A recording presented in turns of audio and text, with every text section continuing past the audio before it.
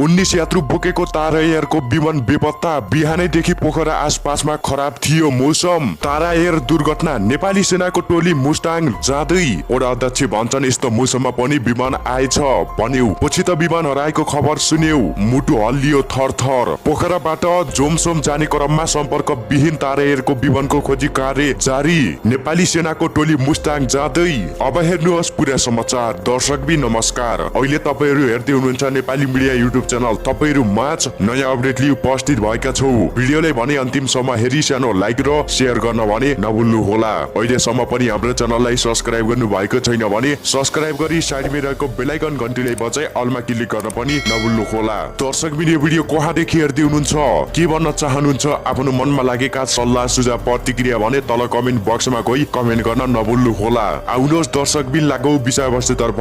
दर्शकबिन पोखराबाट जोमसोम जाने क्रममा सम्पर्क विहीन तारा एयरको विमानको खोजी कार्य जारी रहेको छ। विमानको खोजी कार्यका लागि काठमाडौँबाट नेपाली सेनाको हेलिकप्टर उडेको बताएका छन्। पोखरा विमानस्थलबाट आइतबार बिहान 9:55 जाँदा 19 जना यात्रु लिएर जोमसोमका लागि उडेको विमान सम्पर्क विहीन भएको हो। विमानमा जना चालक सदस्य रहेका छन्। 22 जना मध्ये 4 जना महिला रहेका छन्। चालक दलको सदस्यमा घिमिरे पाइलट रहेका छन् भने उसब थापाको पाइलट र एयर होस्टेज किस्मी थापा रहेका छन्। विमान उडेको 15 मिनेटपछि सम्पर्क विहीन भएको जानकारी आएपछि नागरिक उडान प्राधिकरण खोजी कार्यमा लागेको तारा एयरका उडान सुरक्षा प्रमुख एवं प्रवक्ता सुदर्शन बतौलाले बताएका छन्। सूचना पाए लगत्तै नागरिक उडान प्राधिकरण र सम्पर्क कम्पनी प्राविधिक टोली विमानको अवस्था खोजी गरिरहेको प्राधिकरणले जनाएको छ।